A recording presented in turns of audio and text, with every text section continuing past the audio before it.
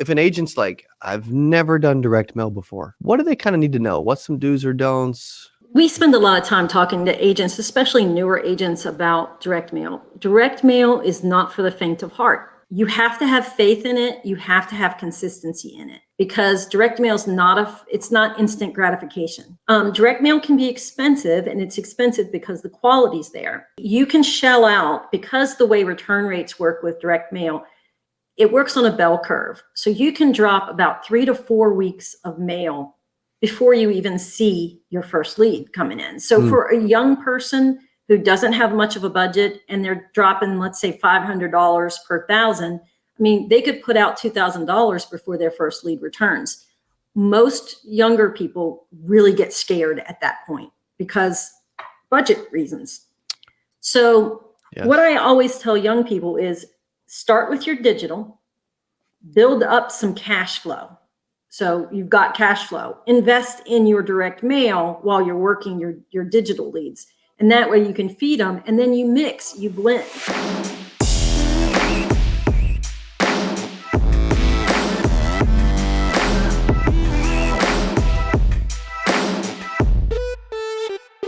Welcome back to the CA Power Player Podcast. I'm your host, Cody Askins. Today we got a special guest. I do not know that I have had a direct mail marketing company on our show ever, but it makes perfect sense because Seel with Insurance Marketing Hub has been incredible, amazing.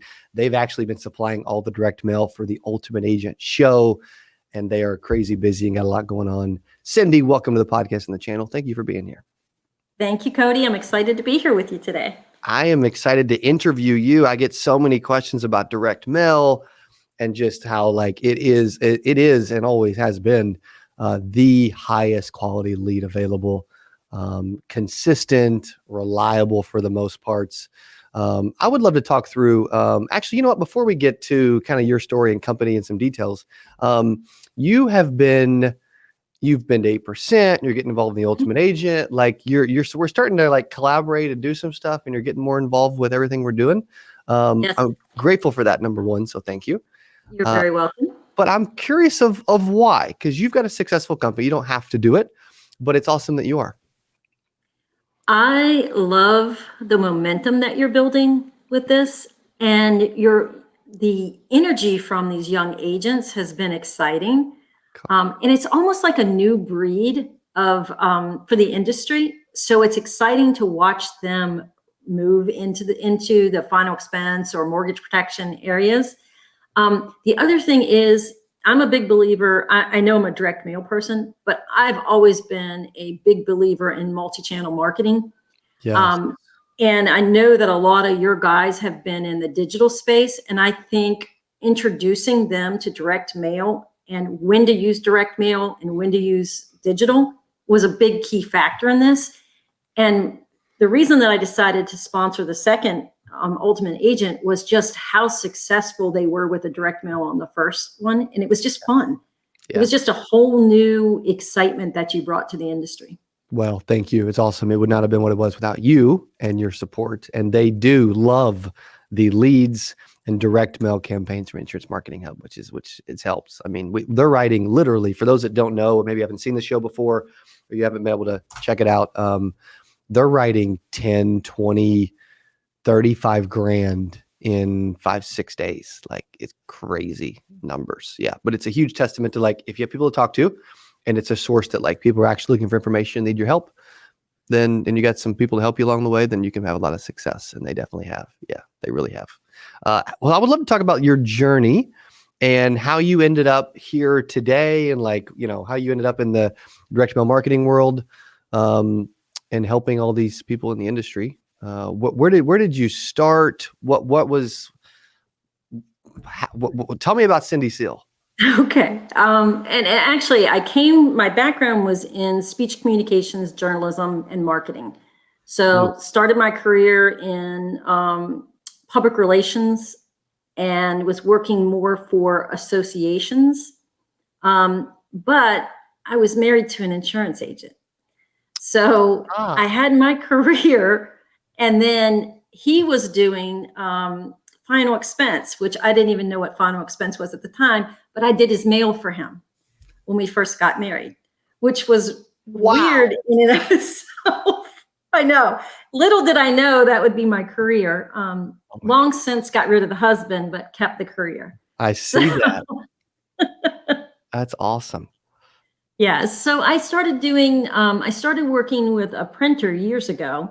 And we were doing just mainly mailings for folks, but then we started doing more insurance related mailings, and we started looking at cost per lead, and sort of we're one of the real companies that started the cost per lead in the final expense space. Worked in that world for about 8 years, and then started my own company 6 years ago. Wow. And correct. one of the things that when I started my own company, what I was looking to do is to take everything I learned about a cost per lead program, which is really data and analytics, how to get the best return, how to use the data, how to model the data, and then apply it to a cost per thousand mailing, and create sort of a hybrid program. In the industry, there's two types of things you typically see. In direct mail, you'll see a typical CPM program is what I call a spray and pray. It's like you mail all the data and then you hope you get a good return. Yes. In the CPL world, they're targeting the data more, but they're really when they're doing the analytics, it's to get the best profit margin for the company. So I wanted to use data and analytics, apply it to a CPM program so that I could work with my clients and let them make educated decisions based on data about what they needed in a CPL. So that's the hybrid that I wanted to create when I started the program. I love it. So that's what we do.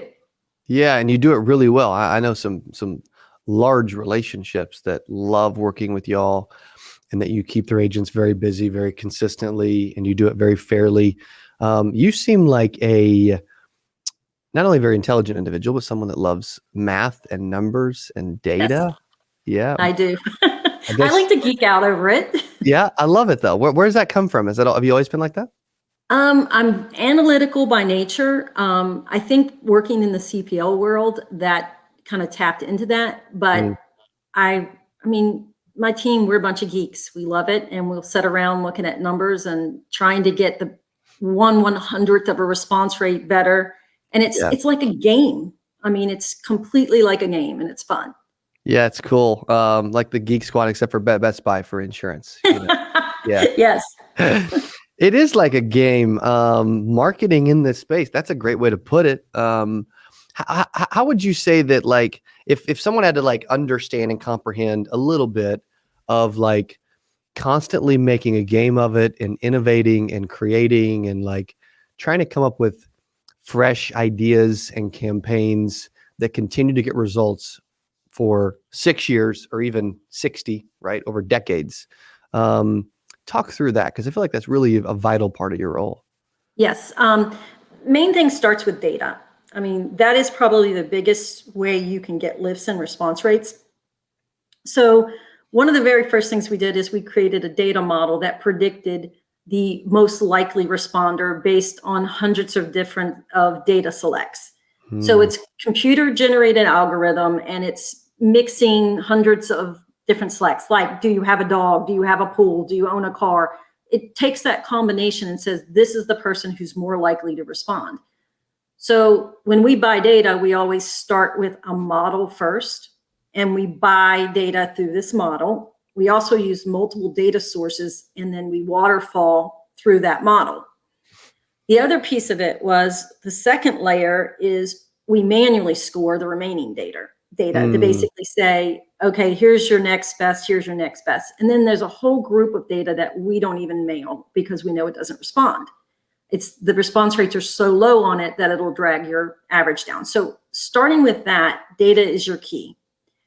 Once you have a really good data strategy, then you move into continuous testing, and you're looking at cards, you're looking at design, you're looking at language. I mean, it gets to the point where you're looking at, where do I put the word life insurance? Is it in the first line? Is it in the second line? And we will test movement of words, placement of disclaimers, placement of the data capture. So it's tedious, but you start to learn what works and you start to learn what gives you lifts.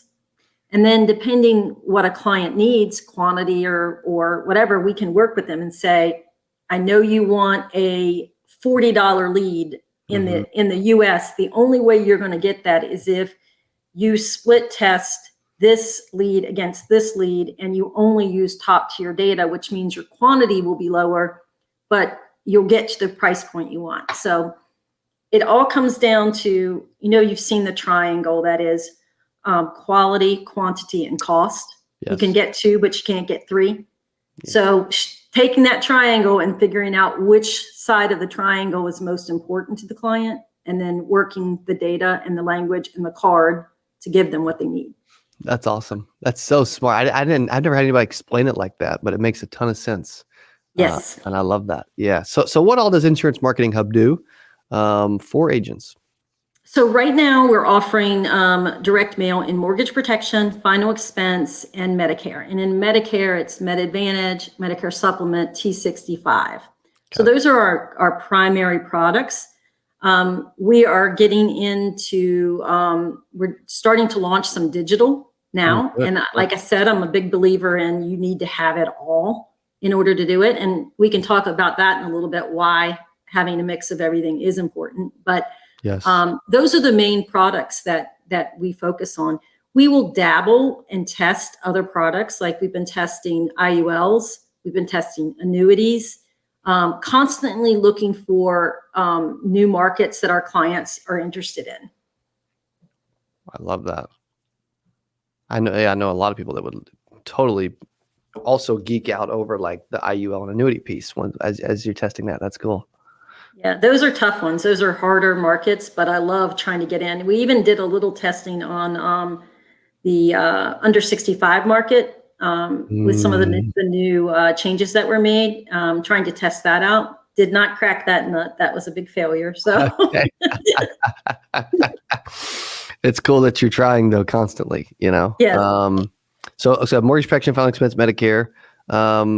What are some if an agent's like, I've never done direct mail before, what do they kind of need to know? What's some do's or don'ts? We spend a lot of time talking to agents, especially newer agents, about direct mail. Direct mail is not for the faint of heart. It is you have to have faith in it. You have to have consistency in it, because direct mail is it's not instant gratification. I feel like digital is much more instant gratification, and it's a cheaper area to play in. So when you get fake leads, or because you are going to get that when you're doing your digital, it's just the nature of the beast. True. But you can kind of stomach it more when it's a cheaper lead. Direct mail can be expensive, and it's expensive because the quality's there. And you can shell out, because the way return rates work with direct mail, it works on a bell curve. So you can drop about 3 to 4 weeks of mail before you even see your first lead coming in. So for a young person who doesn't have much of a budget and they're dropping, let's say $500 per 1,000, I mean, they could put out $2,000 before their first lead returns. Most younger people really get scared at that point because budget reasons. So what I always tell young people is start with your digital, build up some cash flow. So you've got cash flow, invest in your direct mail while you're working your digital leads. And that way you can feed them, and then you mix, you blend. I feel like the response rates on direct mail are really solid. National average is about 1%, and in some states it can be considerably higher. I think on the Ultimate Agent, we pulled a 1.36 in your last Ultimate Agent. So that was really good. Yeah, it was super helpful. But the other thing about direct mail is, because of that bell curve that you get when you get in your leads, somebody wants 10 leads a week, you're not going to get them the first week you order. Like in digital, you can order that week, you can have your 10 leads. But in direct mail, you start getting your leads 3 to 4 weeks, but they don't all come in at the same time. So it's about consistency and week after week to get that 10 leads a week. And when they stop, they see this big plummet and they're like, oh, what happened to my leads? So it's just a different flow than they're used to if they've worked digital. Yeah, it's interesting. It's funny you say that because we had agents literally every day. They would come up to the studio where our IT guys are, and they're like, "Have we got any more direct mail in? Have we got any more direct mail in?"